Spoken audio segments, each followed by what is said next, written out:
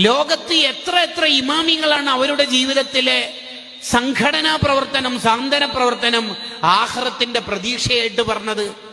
നായക്ക് വെള്ളം കൊടുത്തത്, പക്ഷിക്ക് ഗോതമ്പ് മണി എറിഞ്ഞു കൊടുത്തത്, പൂച്ചയെ തണുപ്പിൽ നിന്ന് അകറ്റിയത്.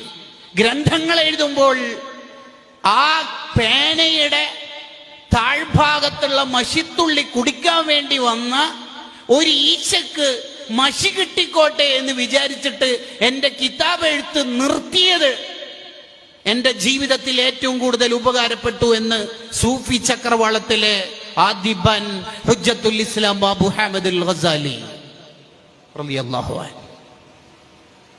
എത്ര പേരാ പറഞ്ഞത് എന്റെ ഇൽമ കൊണ്ട് ഞാൻ രക്ഷപ്പെട്ടു എന്ന്? എത്ര പേരാ പറഞ്ഞത്? പഠിക്കണം.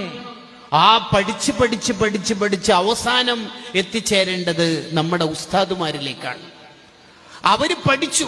ഗ്രന്ഥങ്ങൾ മുഴുവൻ അവരുടെ തലയിൽ എൻസൈക്ലോപീഡിയയാണ്, അവരുടെ തലയിൽ സേവ്ഡാണ്.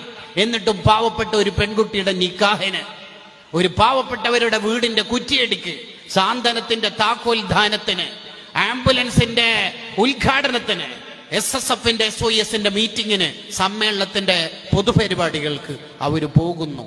അവർക്ക് കിട്ടിയ അറിവിന്റെ മേലെയുള്ള തിരിച്ചറിവ് നമുക്ക് നഷ്ടപ്പെട്ടുകൂടാ.